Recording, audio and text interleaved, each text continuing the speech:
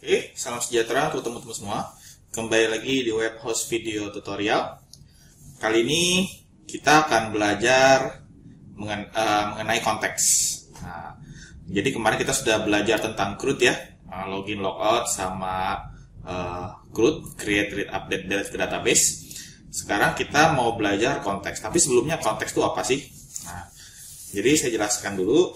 Konteks itu adalah state yang sifatnya global.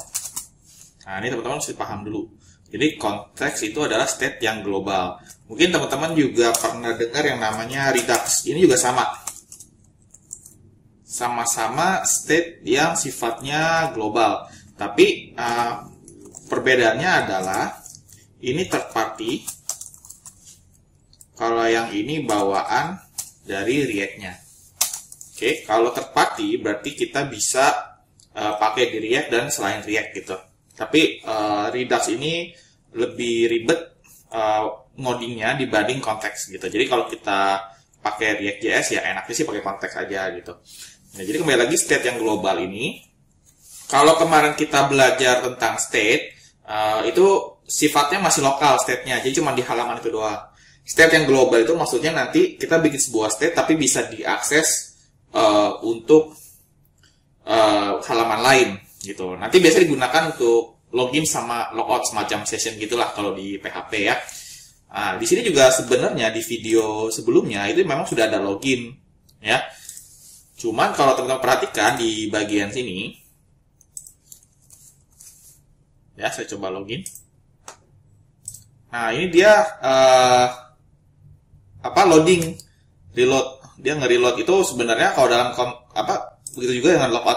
Nah, karena sebenarnya dalam konteks React sebenarnya hal yang seperti itu nggak boleh gitu, nggak baik karena React.js itu single page application konsepnya. Jadi kalau saya pindah-pindah halaman seperti ini seharusnya dia tidak reload seperti ini.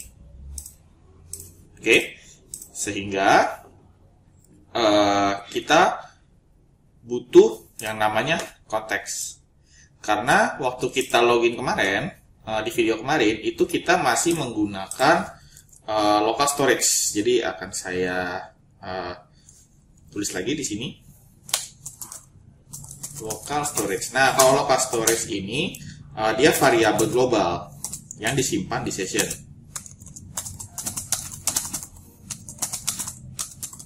Nah, lalu, di browser maksud saya, bukan di session. Ya, semacam session tapi di browser. Nah, lalu bedanya apa sama konteks dengan local storage gitu? Local storage itu sama-sama global, tapi yang menjadi masalah adalah ketika setelah diisi local storage, nilai local storage-nya gitu ya, untuk pembacaannya itu harus di-refresh halamannya gitu, harus di-refresh. Makanya di video kemarin itu harus nge-refresh seperti ini. Padahal di React itu kurang baik gitu, nggak boleh sebenarnya. Oke, nah jadi kita harus menggunakan konteks. Jadi sebagai variabel yang global nantinya dan juga berupa state itu kita pakainya konteks.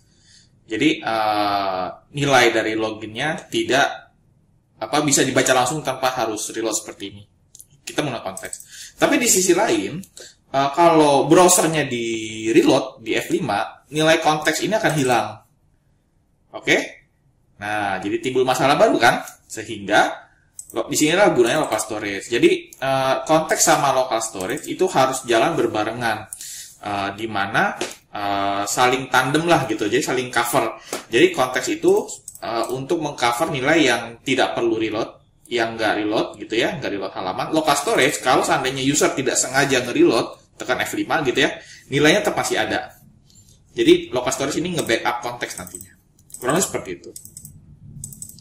Oke. Nah, karena di codingan ini sudah banyak gitu ya, jadi akan lebih baik kalau kita bikin proyek baru untuk materi video kali ini. Oke. Jadi saya akan buat CMD baru. Buat proyek baru, CMD npx create test konteks misalnya seperti ini.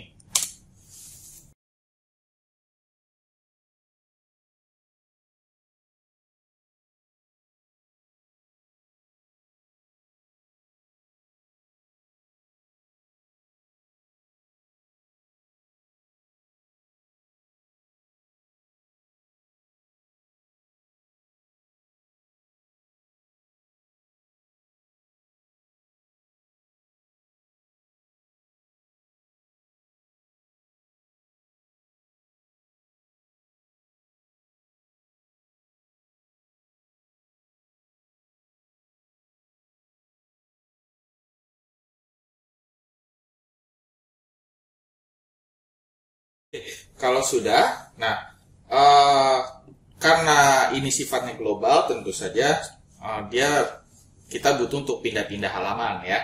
Jadi kita akan coba install lagi. Oh, sebelumnya kita cd dulu ya, cd test konteks, sehingga dia muncul di sini. Lalu kita akan install library React Router DOM seperti di video kemarin, supaya dia bisa pindah-pindah halaman. Untuk menguji konteks itu memang sebaiknya harus pindah-pindah halaman. Nah, terus sekitar beberapa episode yang lalu kita pakai ini cukup.